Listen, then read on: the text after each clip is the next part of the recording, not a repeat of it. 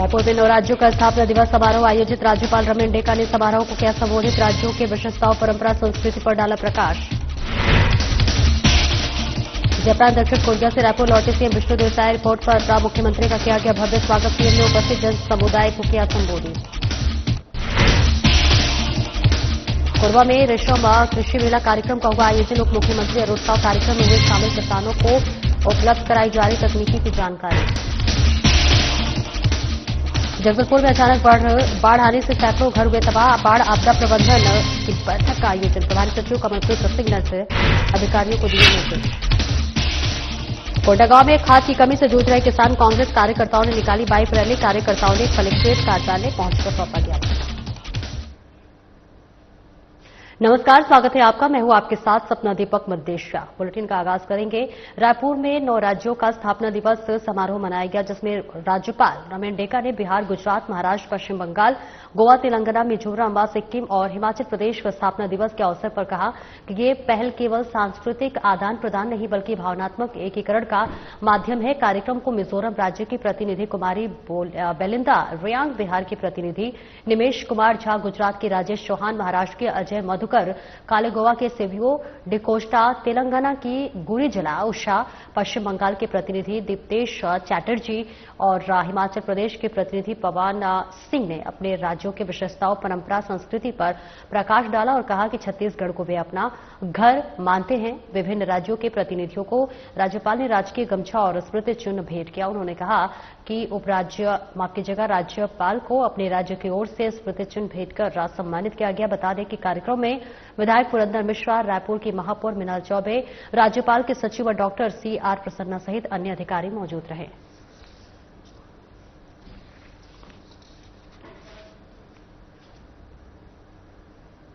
अपनी 8 दिन के जापान और दक्षिण कोरिया के विदेश दौरे के बाद मुख्यमंत्री विष्णुदेव साय वापस रायपुर लौटे हैं। मुख्यमंत्री साय के वापस लौटने पर एयरपोर्ट पर उनका भव्य स्वागत किया गया। छत्तीसगढ़ के पारंपरिक कर्मा और पंथी नृत्यों से पूरा एयरपोर्ट परिसर लगभग 1 घंटे तक सरोबार रहा।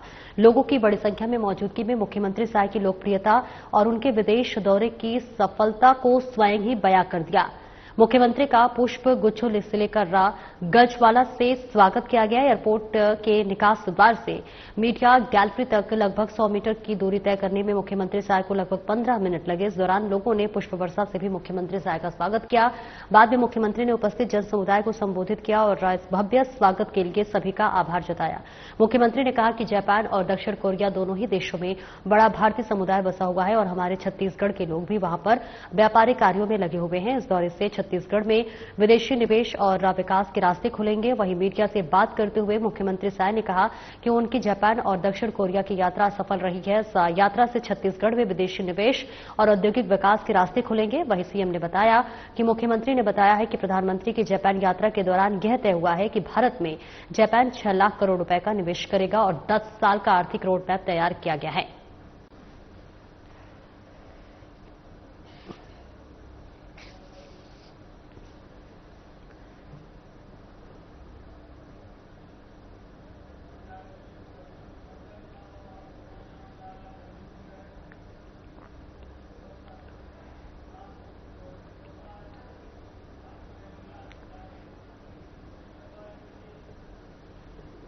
और आगे बढ़ेंगे जहां उप मुख्यमंत्री अरुण साव कोरबा जिले के पाली में आयोजित रेशम कृषि मेला 2025 सहमेरा रेशम मेरा अभिमान कार्यक्रम में शामिल हुए। छत्तीसगढ़ प्रदेश में रेशम उत्पादन को बढ़ाने के लिए किसानों को प्रशिक्षण और तकनीकी जानकारी उपलब्ध कराई जा रही है, जिससे वनांचल के किसानों की आमदनी में वृद्धि होगी। पाली में केंद्रीय रेशम बोर्ड और रेशम विभाग के आयोजित रेशम मेला में उत्पादक किसानों उप मुख्यमंत्री साव ने सम्मान और प्रमाण पत्र वितरित किया। इस मौके पर उप मुख्यमंत्री अरुण साव ने छत्तीसगढ़ राज्य पर केंद्रित मेरा रेशम मेरा अभिमान पोस्टर का विमोचन किया। वहीं रेशम उत्पादन प्रशिक्षण और सुविधा बढ़ाकर किसानों की आमदनी बढ़ाने के लिए 1 करोड़ रुपए देने की घोषणा की। इसका लाभ प्रदेश के 3.5 लाख किसानों को होगा। आज केंद्रीय रेशम बोर्ड और रेशम विभाग के द्वारा रेशम कृषि मेला 2025 मेरा रेशम मेरा अभिमान अभियान के अंतर्गत एक बड़ा मेले का आयोजन यहां पर हुआ है। रेशम से के काम से जुड़े हुए किसान और इससे जुड़े हुए 10 राज्यों के बड़े बड़े विशेषज्ञ वैज्ञानिक यहां पर आए हुए हैं, जो हमारे रेशम के काम करने वाले लोग हैं उनको मार्गदर्शन देंगे, उनकी तकनीकी बातों की जानकारी देंगे। तरस रेशम के उत्पादन में छत्तीसगढ़ बहुत आगे बढ़ सकता है। तरस रेशम केवल झारखंड और छत्तीसगढ़ में उत्पादित होता है और हम झारखंड के बाद दूसरे नंबर पर हैं।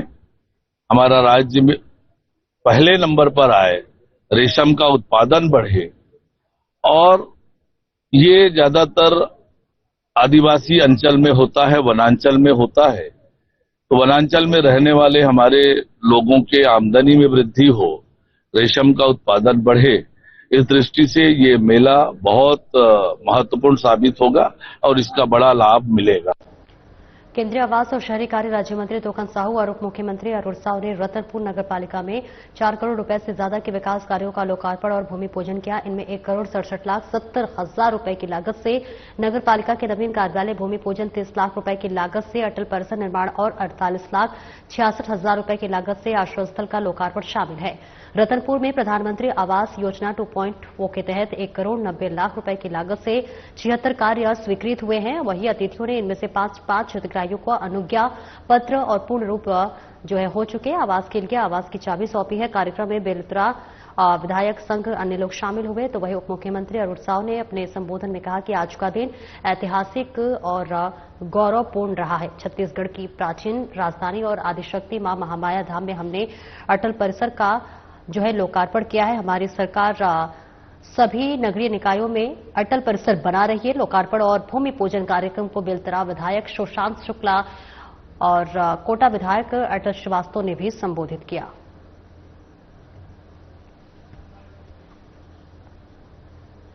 बस्तर जिले के लोहंडीगुड़ा जनपद पंचायत अंतर्गत आने वाले बांदर और नेगानार गांव में अतिवृष्टि से अचानक बाढ़ आने से सैकड़ों घर तबाह हुए हैं, जहां जिला प्रशासन की टीम ने लगातार बचाव कार्य करने में मुस्तैदी दिखाई। साथ ही सांसद महेश कश्यप तुरंत बाढ़ आपदा में फंसे हुए लोगों तक पहुंचे और राहत कार्य में जुट गए हैं। सुरक्षा व्यवस्था ने भी काफी तत्परता दिखाई, जिसके तहत मुख्यमंत्री ने त्वरित संज्ञान लेते हुए आपदा प्रबंधन से बातचीत की है। और वहीं प्रभारी सचिव कमलजीत प्रेम ने आला अफसर की बैठक लेते हुए तत्काल राहत कार्य से संबंधित विषयों पर चर्चा की।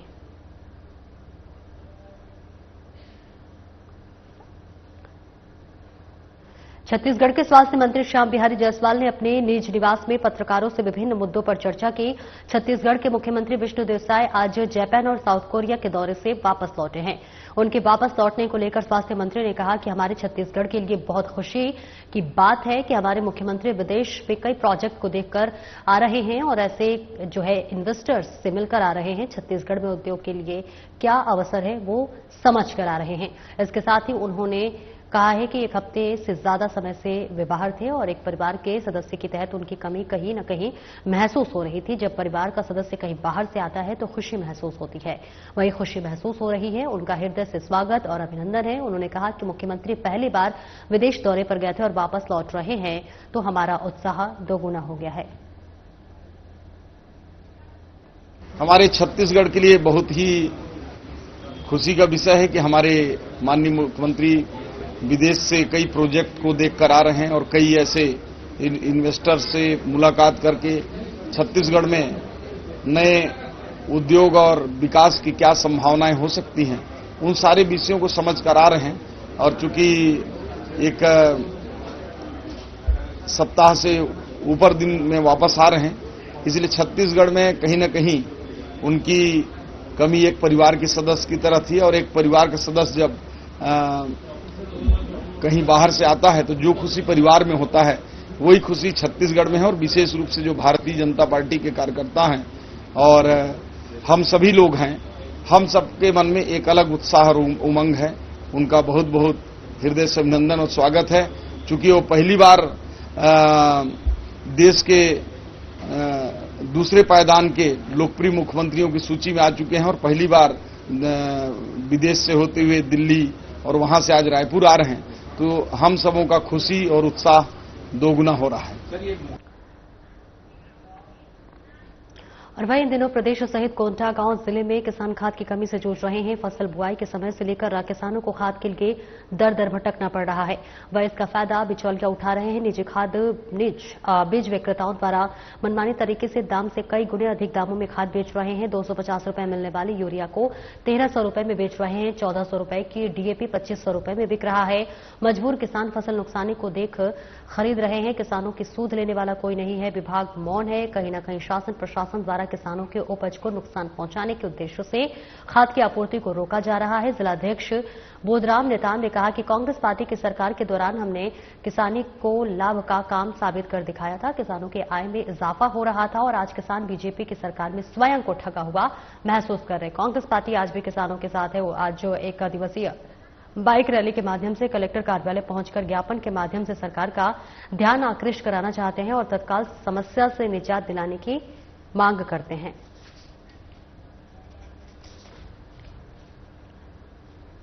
कोंडागांव में नेशनल हाईवे 30 रायपुर जगदलपुर मार्ग की स्थिति बेहद बदतर होती जा रही है। आए दिन खराब सड़क के चलते हुई दुर्घटनाएं घटित हो रही हैं। कई परिवार बेघर हो रहे हैं। अच्छी सड़क के नाम पर टोल टैक्स तो वसूला जा रहा है, लेकिन सड़कों की मरम्मत नहीं की जा रही है।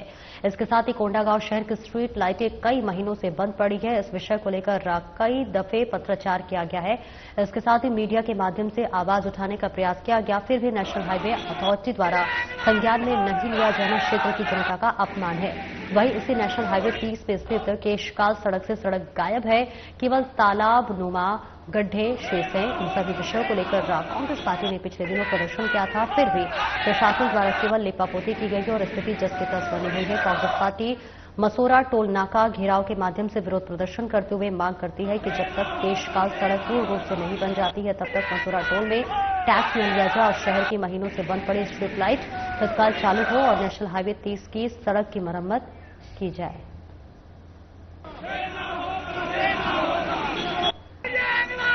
तो देखिए तस्वीरें आपको दिखा रहे कोंडागांव से, जहां कोंडागांव में नेशनल हाईवे 30 रायपुर जगदलपुर मार्ग की स्थिति बेहद जो है बदतर होती जा रही है। आए दिन खराब सड़क के चलते कई दुर्घटनाएं घटित हो रही हैं और कई परिवार जो है वो बेघर हो चुके हैं। ऐसे में अच्छी सड़क के नाम पर टोल टैक्स तो वसूला जा रहा है, लेकिन सड़कों की जो मरम्मत है वो नहीं हो पा रही है।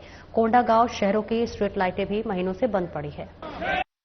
आगे बढ़ेंगे। रायपुर में मंत्री श्याम बिहारी जायसवाल की अध्यक्षता में महानदी भवन मंत्रालय में पिछड़ा वर्ग एवं अल्पसंख्यक विकास विभाग की समीक्षा बैठक आयोजित हुई। बैठक में प्रमुख सचिव सोनमणि बोरा ने विभागीय मंत्री का पुष्पगुच्छ से स्वागत किया और विभागीय संरचना की विस्तृत जानकारी दी। बता दें कि बैठक के दौरान मंत्री जायसवाल ने विभागीय अधिकारियों से पिछड़ा वर्ग एवं अल्पसंख्यक विकास विभाग के अंतर्गत आने वाले आयोग और बोर्ड की जानकारी ले, साथ ही विभाग द्वारा संचालित योजनाओं और छात्रों को मिलने वाली छात्रवृत्ति पर भी विस्तार से चर्चा की। इस दौरान सरगुजा, दुर्ग और बस्तर संभागों में एक 500 सीटर छात्रावास निर्माण के प्रस्ताव पर विचार विमर्श किया। तो वहीं मंत्री श्याम बिहारी जायसवाल ने कहा कि मुख्यमंत्री विष्णुदेव साय की अगुवाई में संचालित योजनाएं राज्य में बदलाव का प्रतीक बन रही हैं। इस दौरान बैठक में विभागीय अपर संचालक, उप संचालक और उपायुक्त स्तर के अधिकारी उपस्थित रहे।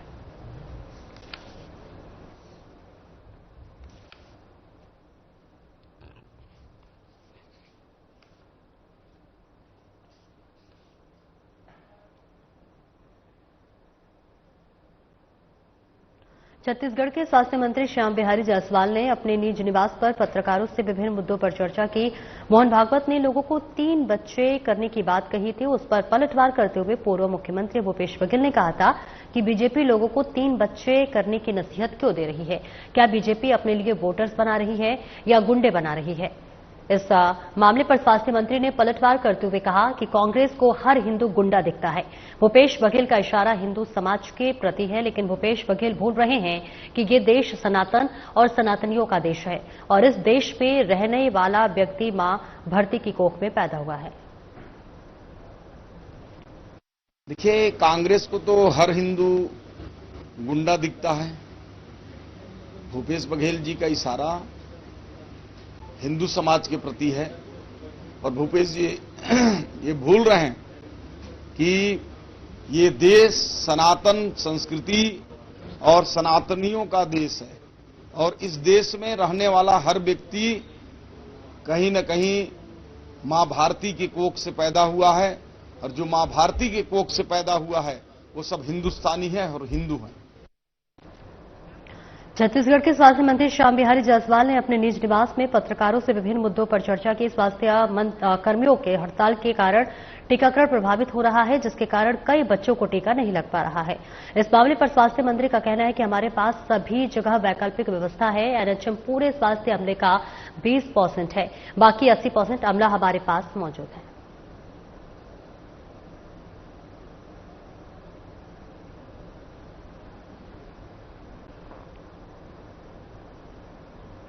छत्तीसगढ़ के स्वास्थ्य मंत्री श्याम बिहारी जायसवाल ने अपने निज निवास पर पत्रकारों से विभिन्न मुद्दों पर चर्चा की। नए पदाधिकारियों के गठन के बाद पहली बैठक पर स्वास्थ्य मंत्री श्याम बिहारी जायसवाल ने कहा कि नए पदाधिकारियों के गठन के बाद ये पहली बैठक है। हमारे राष्ट्रीय स्तर के सभी वरिष्ठ नेता इसमें शामिल होंगे, उनका मार्गदर्शन मिलेगा और ये सतत प्रक्रिया का एक हिस्सा है।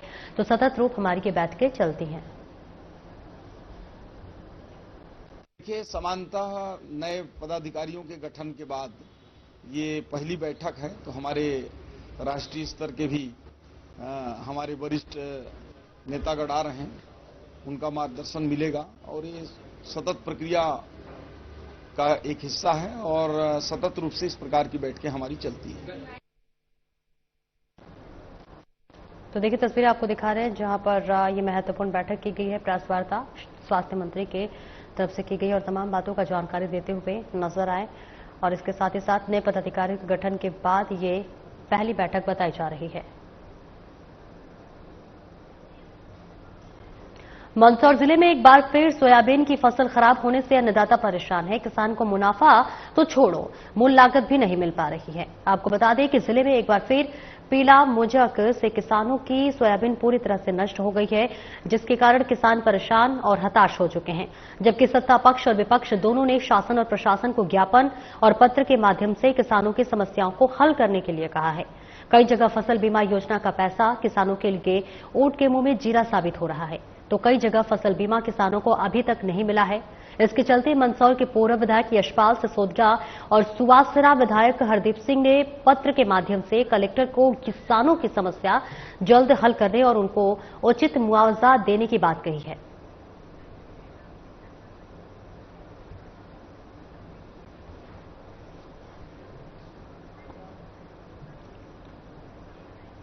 नीति आयोग ने रायपुर में राष्ट्रीय परामर्श कार्यशाला आयोजित की है। इस कार्यशाला का उद्देश्य राष्ट्रीय शिक्षा नीति 2020 की भावना को मूर्त रूप देते हुए शिक्षा व्यवस्था को अधिक न्यायपूर्ण और समावेशी बनाने में मेंटरशिप की भूमिका पर गहन विचार विमर्श कर राष्ट्रीय फ्रेमवर्क बनाना है। आपको बता दें कि विशेषज्ञों, नीति निर्माताओं और हितधारकों ने शिक्षा में समानता लाने, ड्रॉप आउट दर घटाने और युवाओं को अवसरों से जोड़ने के लिए अपने अनुभव साझा किए। विशेष अतिथि के रूप में वित्त मंत्री ओपी चौधरी ने कहा कि शिक्षा में समानता और सशक्तिकरण की दिशा में मेंटरशिप की भूमिका निर्णायक है। उन्होंने बताया कि यह कार्यशाला स्कूल शिक्षा, उच्च शिक्षा और कौशल विकास पर केंद्रित है। ये साझा राष्ट्रीय ढांचा तैयार करने का अवसर है जो विकसित भारत के सपने को साकार करने में मदद करेगा। नीति आयोग के सदस्य डॉक्टर वी.के. पॉल ने कहा कि शिक्षा मानव पूंजी निर्माण का आधार है और हर बच्चे को समान अवसर मिलना चाहिए। उन्होंने राष्ट्रीय स्तर पर ड्रॉप आउट दरों को साझा करते हुए बताया कि प्राथमिक स्कूलों में 93% नामांकन है, लेकिन अपर प्राइमरी में 3% बच्चे छूट जाते हैं। सेकेंडरी स्तर पर केवल 56% और 12वीं की कक्षा तक मात्र 23% छात्र ही पहुंचते हैं।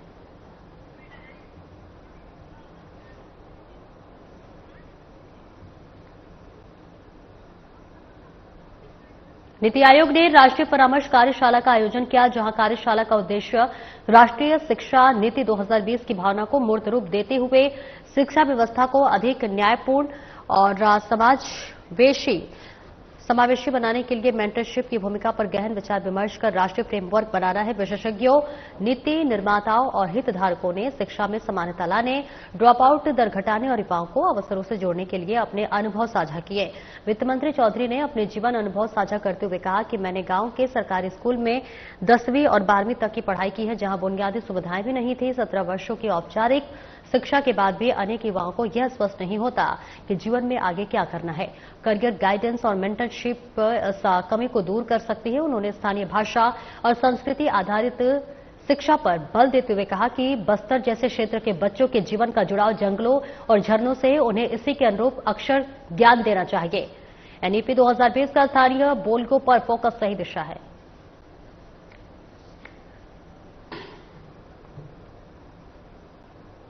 कोंडागांव में कलेक्टर नुपुर राशि-पन्ना ने आज जिला कार्यालय परिसर में नई एम्बुलेंस सेवा काफी तक का शुभारंभ किया।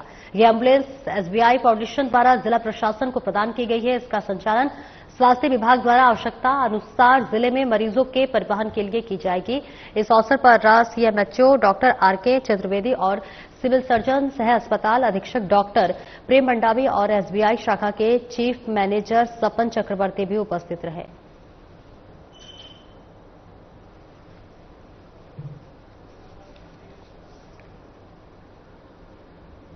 मनेन्द्रगढ़ जिले के शासकीय हायर सेकेंडरी स्कूल कोटाडोल में अतिथि शिक्षक महेंद्र प्रजापति द्वारा छात्र शुभचरण कुजूर की बर्बर पिटाई का मामला तूल पकड़ता जा रहा है। छत्तीसगढ़ सर्व आदिवासी समाज ने इस घटना को गंभीर मानते हुए 5 सदस्यीय जांच समिति की गठित की है। इसमें पूर्व विधायक गुलाब कमरो, शरद सिंह, विजयराज सिंह, भगवान सिंह खैरवार और संतोष कमरो शामिल रहे। आपको बता दें कि जांच दल आज कोटाडोल पहुंचे और पीड़ित छात्र और प्राचार्य से चर्चा की, साथ ही विद्यालय परिसर का निरीक्षण भी किया। वहीं समिति ने कहा कि शिक्षा के मंदिर में इस प्रकार की घटना शर्मनाक है। दोषी शिक्षक पर शीघ्र ही सख्त कार्रवाई होनी चाहिए। आरोप है कि एफआईआर दर्ज होने के बावजूद शिक्षा विभाग ने अब तक कोई प्रशासनिक कार्रवाई नहीं की है और आरोपी शिक्षक जेल भी दाखिल नहीं हुआ है, जिसके चलते सर्व आदिवासी समाज ने चेतावनी देते हुए कहा है कि यदि मामले में प्रशासन ने ठोस कदम नहीं उठाया तो आंदोलन किया जाएगा। देखिए, हम लोगों ने जिस तरह से आज जो हमारी 5 की टीम थी, साथ में हमारे सर्व आदिवासी समाज के जिला के पदाधिकारी भी आए हुए हैं साथ में। हम लोगों ने बच्चों का बयान लिया, हम लोग प्रिंसिपल से बात की, यहाँ के शाला प्रबंधन समिति के अध्यक्ष से भी बात की है। बातें हमारे सामने ये आई है कि बहुत सारा एक तो अध्यक्ष और यहाँ के प्रचार में दोनों में आपस में मुझे लगा कि तालमेल नहीं है, क्योंकि 23 तारीख को सोशल मीडिया में अध्यक्ष जी उसका खंडन कर दिए थे, कंप्रोमाइज करके बात समाप्त कर दिए सोशल मीडिया में। लेकिन ठीक 25 तारीख को यहीं के प्रचार जाके थाने में शिकायत करते हैं, एफआईआर होता है। तो कहीं न कहीं शाला प्रबंधन समिति में ही कोई खोट है, आपस में तालमेल नहीं। जिससे स्पष्ट होता है कि एक पक्ष चाहता है कि मैनेज हो जाए, दूसरा पक्ष चाहता है कि कार्रवाई हो जाए। यहाँ पर आदिवासी समाज का मामला है। हम लोगों ने हमारे सर्व आदिवासी समाज के अध्यक्ष शरण सिंह जी हैं, भगवान भैया प्रदेश के उपाध्यक्ष हैं, बहुत सारे अलग अलग हम लोगों ने बयान भी लिया है, कथन भी लिया है, उनका हस्ताक्षर भी लिया है। ये सारी हम रिपोर्ट वहाँ प्रदेश को सौंपेंगे। प्रदेश ने के बाद जो आयोग में जाएगी ये बात, तो निश्चित रूप से हम चाहेंगे। और बहुत सारी विद्यालय में कमियां देखने को मिली है। अगर बात करें तो इस विद्यालय में लगातार शासकीय हायर सेकेंडरी स्कूल कोटाडोल सूचियों में बना हो, चाहे 36 बच्चों का भविष्य की बात हो, चाहे बच्चों की पिटाई की बात हो, एक आध मामले और ऐसे आए हैं जो मैं आपको नहीं बता सकता। लेकिन हमने प्रचार को कान में बताया है कि आप यहाँ के गार्जियन हैं, प्रचार है, आपकी जिम्मेदारी है। प्रशासन और सरकार से किसी प्रकार की त्रुटि होगी तो उसका जिम्मेदारी अध्यक्ष से ज्यादा प्रिंसिपल की होगी। इसलिए हम लोगों ने बताया है कि बहुत सी बातें हैं यहाँ पर सुधारने की आवश्यकता है। और हम मांग करते हैं, अभी शाला प्रबंधन समिति का यहाँ पर बैठक हो रहा है कि जिसके ऊपर एफआईआर हो चुका है, अतिथि शिक्षक है, तो आज जिसके ऊपर आरोप लगा है, एफआईआर है, तो उनसे पढ़ाया ना जाए। अध्यक्ष का कहना है कि नहीं, बच्चे चाह रहे हैं। बच्चे अगर कोई अपराध करता है तो उससे बच्चों से पूछा नहीं जाता है। अपराध जो करता है उसके ऊपर अगर एफआईआर होती है तो कहीं न कहीं से विद्या का मंदिर है, ऐसे लोगों को दूर रखना चाहिए। नहीं अगर दूर करते हैं तो इस पर आने वाले दिन में फिर से आंदोलन सर्व आदिवासी समाज के बैनर तले हम लोग करेंगे। मैं जो यहाँ सर्व आदिवासी समाज से जो आए हुए थे सदस्य थे, उनको मैं उसके बारे में अवगत कराया। जो लड़का को पिटाई उटाई किए थे उसके लिए मैं रिपोर्ट कर चुका हूँ। उस आवेदन को भी हमारे द्वारा दिखाया गया और टीचर को भी समझा दिया गया कि आपको इस तरीके से गलती नहीं करना चाहिए था। और अभी उसको निकालने के संबंध में कार्रवाई शिक्षा समिति के द्वारा किया जा रहा है। अभी तक पूरा नहीं हुआ है। मतलब कहीं ना कहीं आप ये मानते हैं कि शिक्षक से गलती हुई है? तो गलती तो हुई है, उनको उतना नहीं मारना चाहिए था। जो भी उनको भूल से हुआ है, जैसा भी हो, या उसका उद्दंडता के कारण हुआ, पर उनको उतना नहीं करना चाहिए। सुनने में ये आ रहा है एफआईआर होने के बाद भी वो टीचर बच्चों को पढ़ा रहा है। नहीं, अभी तो एक दिन आए थे पढ़ाने के लिए। अभी वो जिला शिक्षा अधिकारी कार्यालय चले गए हैं तो स्पष्टीकरण के लिए। अभी तक आपकी तरफ से शिक्षक के द्वारा कोई एक्शन नहीं लिया गया है? मेरे तरफ से थाना में सूचना कर दिया गया है, टीचर को भी हिदायत दे दिया गया है। जिम्मेदारी दिया है आप? उसको लिखित स्पष्टीकरण के लिए बोला हूं। समिति फिलहाल इस बुलेटिन में इतना ही। नमस्कार।